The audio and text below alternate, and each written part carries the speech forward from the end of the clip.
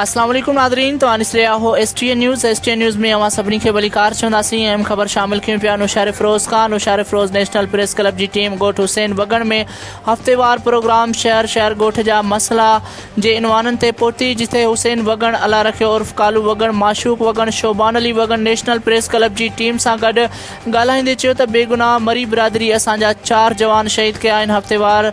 हफ़्तो गुज़री वियो आहे, हिकु बि जवाबदार गिरफ़्तार न कयो वियो आहे। पुलिस कातिलनि सां बिट बणियल आहे।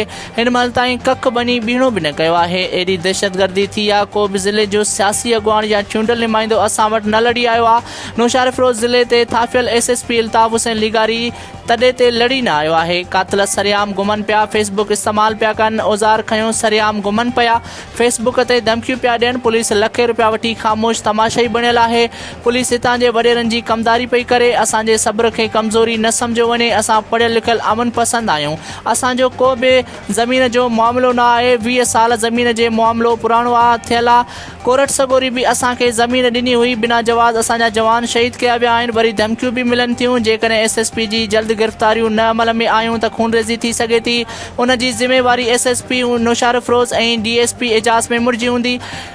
रोज़ ड्रामा पियो करे, साॻियुनि घरनि ते अची असांखे पियो सेखारे। असांजो मुतालबो आहे त कातिलनि खे गिरफ़्तार करे। असांखे ख़बर पई आहे त एजाज़ में मुड़ मरी बिरादरीअ जूं औरतूं गिरफ़्तार कयूं आहिनि। उहो अमल सरासर ग़लति आहे। औरतुनि कहिड़ो ॾोह कयो आहे? औरतूं असांजूं माइरूं ऐं भेनरुनि जीअं आहिनि, उन्हनि खे आज़ादु कयो वञे। असुल जवाबदार गिरफ़्तार कया वञनि त जीअं असां सां इंसाफ़ थी सघे। न त अंगारे जे ॾींहुं 10 बजे नेशनल प्रेस क्लब ऐं उन खां पोइ SSP ऑफिस अॻियां धरणो हणियो वेंदो।